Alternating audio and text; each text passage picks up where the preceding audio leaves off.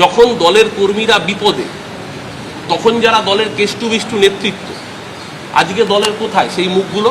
মমতা ব্যানার্জির বাড়িতে যখন রবীন্দ্র জয়ন্তীর অনুষ্ঠান হচ্ছে তখন সেই সেলিব্রিটি নেতৃত্ব কোথায়? মমতা ব্যানার্জির পাশে সেই নেতৃত্বরা কোথায়? তাদেরকে দেখতে পাওয়া যাচ্ছে না। নিশ্চয়ই নিচুতলার কর্মীরা তো এখনো মুখ বুজে দাঁড়িয়েছে। কলকাতা পুরসভার দুই অতি জনপ্রিয় দাপুটে হেভিওয়েট বা অ্যাক্টিভ পুরো প্রতিনিধি, একজন হলেন অরূপ চক্রবর্তী এবং তার পাশে আছেন সুশান্ত ঘোষ। অরূপ চক্রবর্তী কলকাতা পুরসভার টালিগঞ্জ বিধানসভার অন্তর্গত ৯৮ নম্বর ওয়ার্ডের পৌরপিতা এবং কলকাতা পুরসভার যে বোর্ড সেখানে পাবলিক অ্যাকাউন্টস কমিটির একজন সদস্য। অন্যদিকে সুশান্ত ঘোষ তিনি মূলত কসবা, রাজডাঙ্গা, রুবি ওই চত্বরের তৃণমূল নেতা। তিনি ১০৮ নম্বর ওয়ার্ডের কাউন্সিলর, ১২ নম্বর বোর্ডও চেয়ারম্যান। তারা দুজনেই এদিন কলকাতা পুরসভায় পদত্যাগ পত্র দিতে এসেছে। হ্যাঁ, কাউন্সিলর পদ থেকে নয়, তারা বলেছেন আর মাত্র ৬ মাস বাকি, কাউন্সিলর হিসাবে তারা কাজ চালিয়ে যেতে চান এবং সরকার অর্থাৎ নতুন যে রাজ্য সরকার এসছে শুভেন্দু অধিকারী সরকার, এই সরকারের সঙ্গে সমন্বয় রেখে আর ৬টা মাস তারা নিশ্চয়ই কাজ চালিয়ে যাবে। কিন্তু তারা পদত্যাগ করলেন, অরূপ চক্রবর্তী পদত্যাগ করলেন ওই পাবলিক অ্যাকাউন্টস কমিটির সদস্য পদ থেকে এবং সুশান্ত ঘোষ পদত্যাগ করলেন বড় বাড়োর চেয়ারম্যান পদ থেকে। এদিন তারা তাদের পদত্যাগপত্র পুরো কমিশনারকে দেন, পাশাপাশি মেয়রের ঘরে গিয়েও তাদের পদত্যাগপত্র জমা দেন। এবং এরপর কেন তারা পদত্যাগ করলেন তার বিস্তারিত ব্যাখ্যা দেন। আমি প্রত্যেকটি দর্শক বন্ধুদের অনুরোধ করব, এই দুই তৃণমূল কাউন্সিলর তারা ঠিক কী কারণে পদত্যাগ করলেন বিস্তারিতভাবে বলেছেন। আপনারা একটু মন দিয়ে শুনবেন। এক কথায় সবাইকে পাল্টিবাজ, কবে বিজেপি যাচ্ছেন, কবে জার্সি বদল করছেন, কবে রং চেঞ্জ করছেন, এগুলো বলবেন না।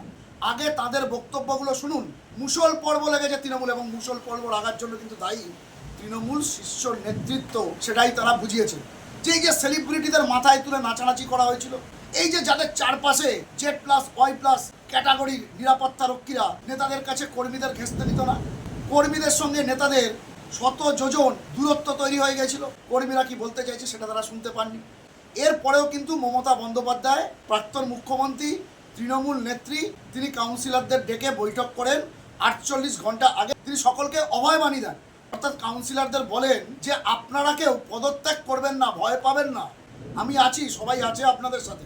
কই মমতা বন্দ্যোপাধ্যায়, তৃণমূল নেত্রী, তার এই বক্তব্যের পরে তো হিরিক লেগে গিয়েছে, পদত্যাগের হিরিক লেগে গিয়েছে। শুধু কলকাতা পুরসভা নয়, রাজ্যের সর্বত্র। কেন জানেন?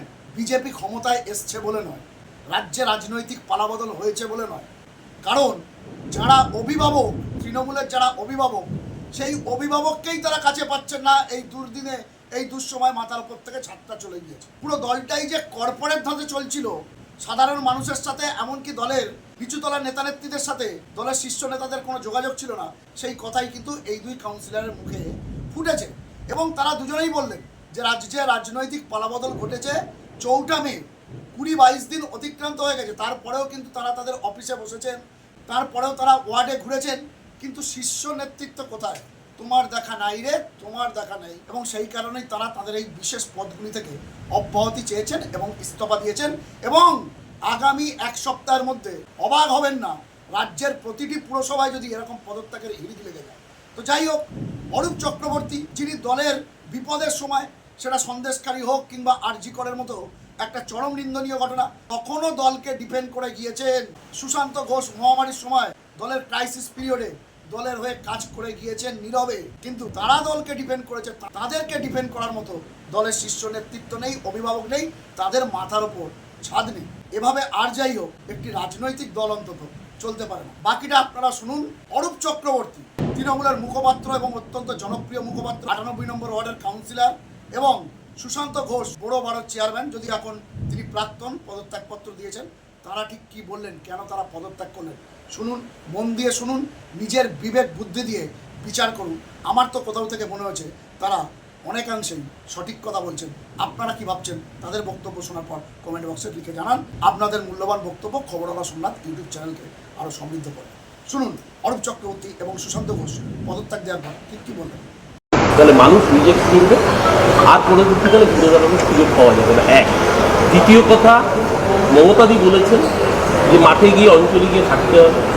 আমি হেরে যাওয়ার পরের দিন থেকে আমি পার্টি অফিসে রয়েছি, আমি ওয়ার্ড অফিসে রয়েছি, প্রতিদিন আমি করেছি। কিন্তু দুর্ভাগ্যজনকভাবে যারা বড় বড় নেতা মন্ত্রী ছিলেন তারা থাকেন।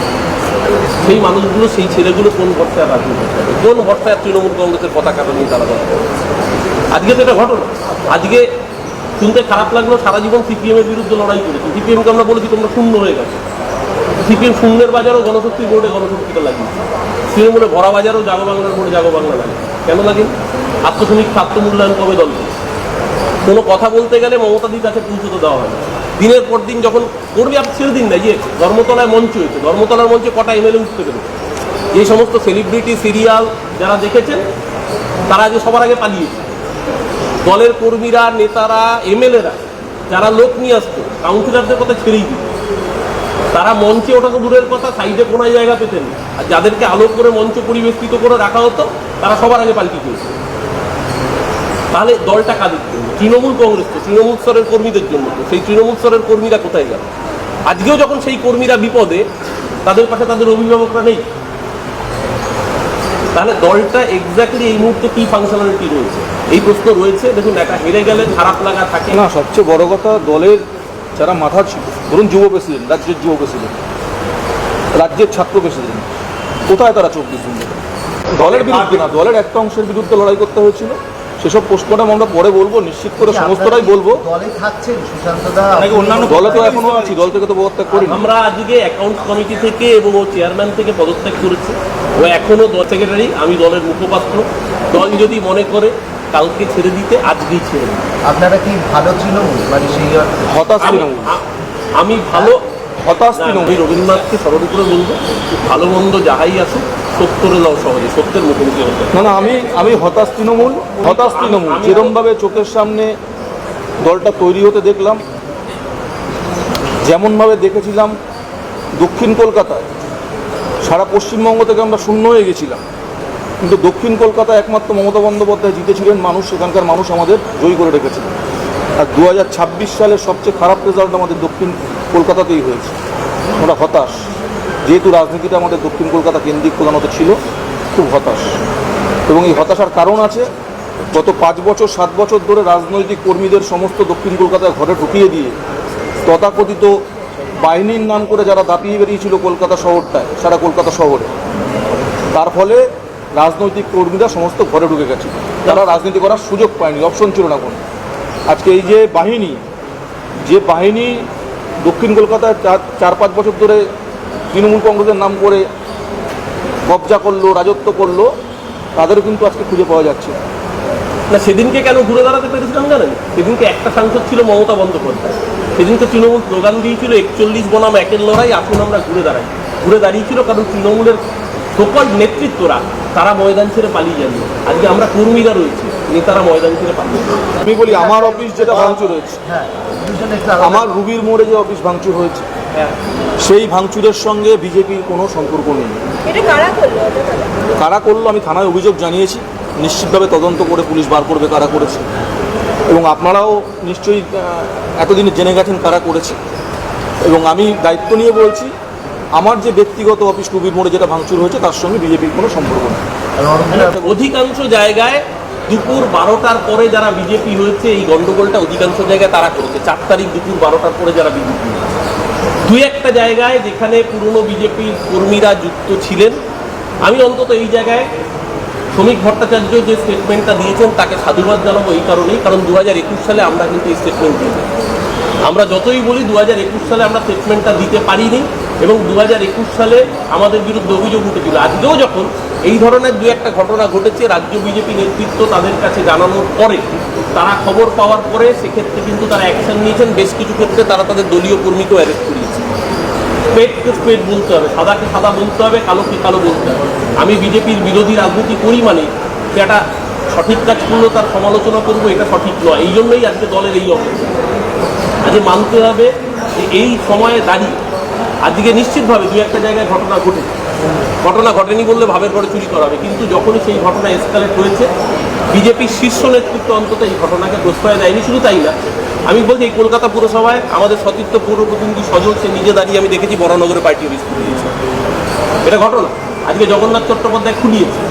যেই ঘটনাগুলো ভালোকে ভালো বলতে হবে, নিশ্চয়ই সমালোচনা করার জায়গা।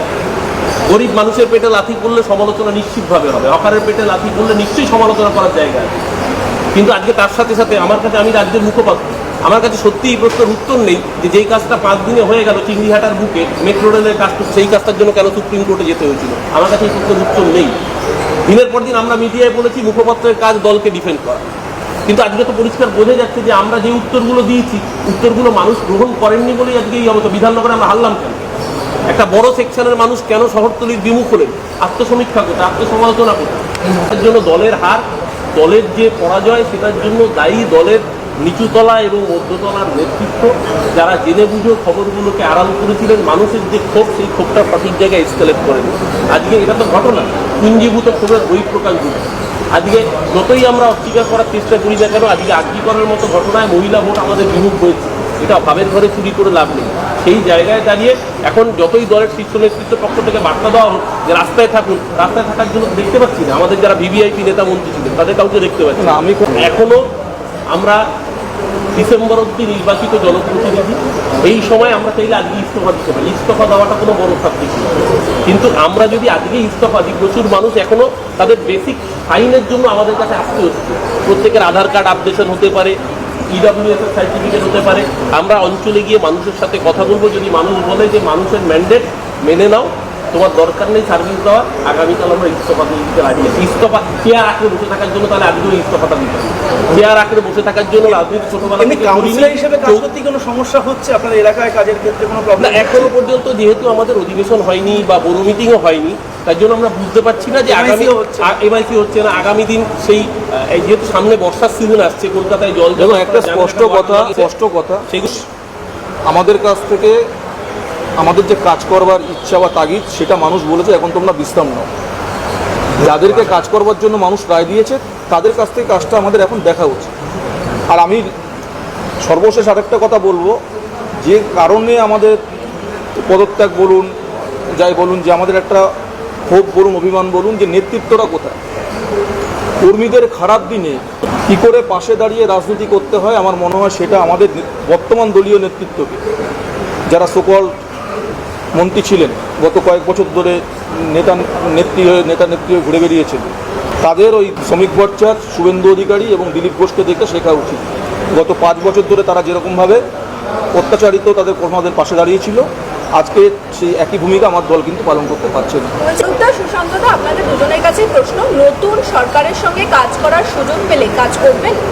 না, দেখুন, নিশ্চিতভাবে লিডার হিসাবে যদি নতুন সরকার সঙ্গে কাজ করতে হয়, প্রশাসনিকভাবে কাজ করতে কোনো সমস্যা হওয়ার তো কথা না। এবং কলকাতা পৌরসভা কাজ করতে গেলে সরকারের তো মুখাপেক্ষী হয়ে থাকতেই হবে, কারণ কলকাতা পৌরসভার ওন রিসোর্স তো অনেক কম, সরকারের মুখাপেক্ষী হয়ে থাকতে হয় আমাদের।